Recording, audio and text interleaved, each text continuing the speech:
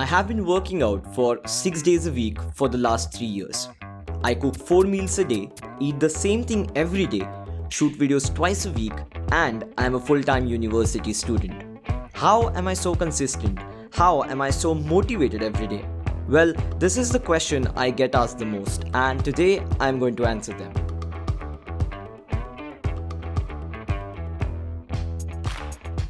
Sometimes we feel demotivated because we just don't know why are we putting in the efforts. An easy way to solve it is to set a goal. Let's say you are here and you want to reach here. Now you have a reason, now you have a purpose to put in the efforts. So in the midway, if you get demotivated, you remind yourself why did you start in the first place, and then you will be motivated to reach your goal. But how do you know if you're moving in the right direction? That is by tracking progress. Whether you want to build a good physique, develop a skill, learn a new programming language, tracking your progress from time to time will help you realize if you're moving in the right direction. When I started working out initially, I did not notice much of a difference. I went to the gym every day, I did my workout, I followed the diet, but I couldn't see much of a difference. And then after few months, when I look back, I'm like, oh my God, I have come a long way. Sometimes you might not be able to see any progress, and that is absolutely fine. Just because you're not able to see any progress doesn't mean you're not progressing. Believe in yourself, keep patience, and keep putting in the hard work. This is a temporary phase, it won't last long. And I'm absolutely sure once you cross this phase, once you get addicted to the progress, to the results that you see, there's nothing stopping you. Motivation is good. But there's a small problem with motivation. It doesn't last always. Nobody is motivated 24/7. And that is the reason you have to stop relying on motivation all the time and start relying on discipline. People ask me, what is my secret workout split? What is my secret diet? To be honest, there is no secret. If there is one secret, it is habit. As Jim Rohn says, motivation is what gets you started. Habit is what keeps you going. I completely agree with Jim.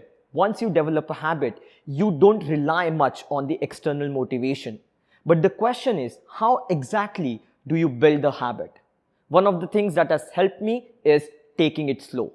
I follow a very similar routine every day, but this didn't happen overnight.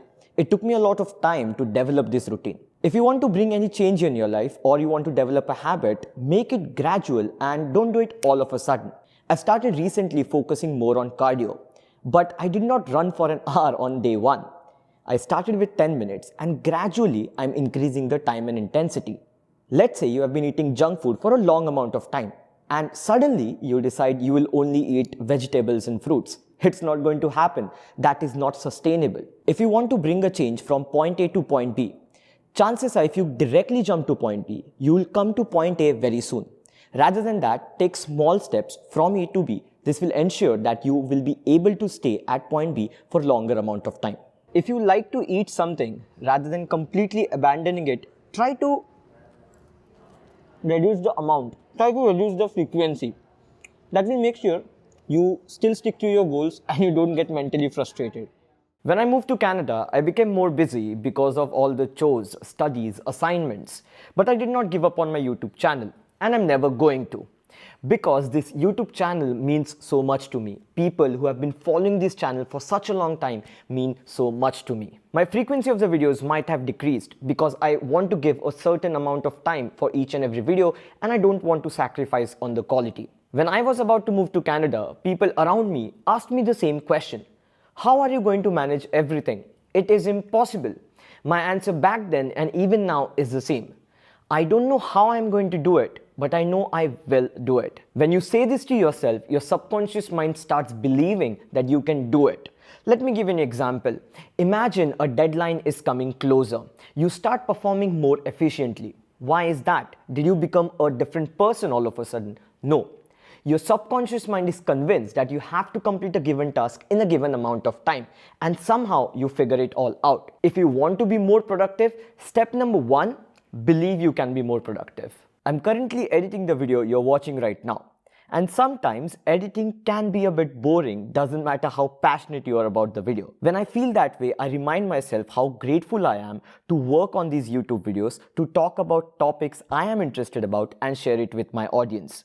Once you're grateful about something, you're happily putting in the efforts. You're no longer complaining, and that results into better quality work. Let's say, for example, there's a subject you don't like studying. Take a step back. Understand that there are people who want to pursue education, but they don't have the opportunity, the freedom, the luxury that you do.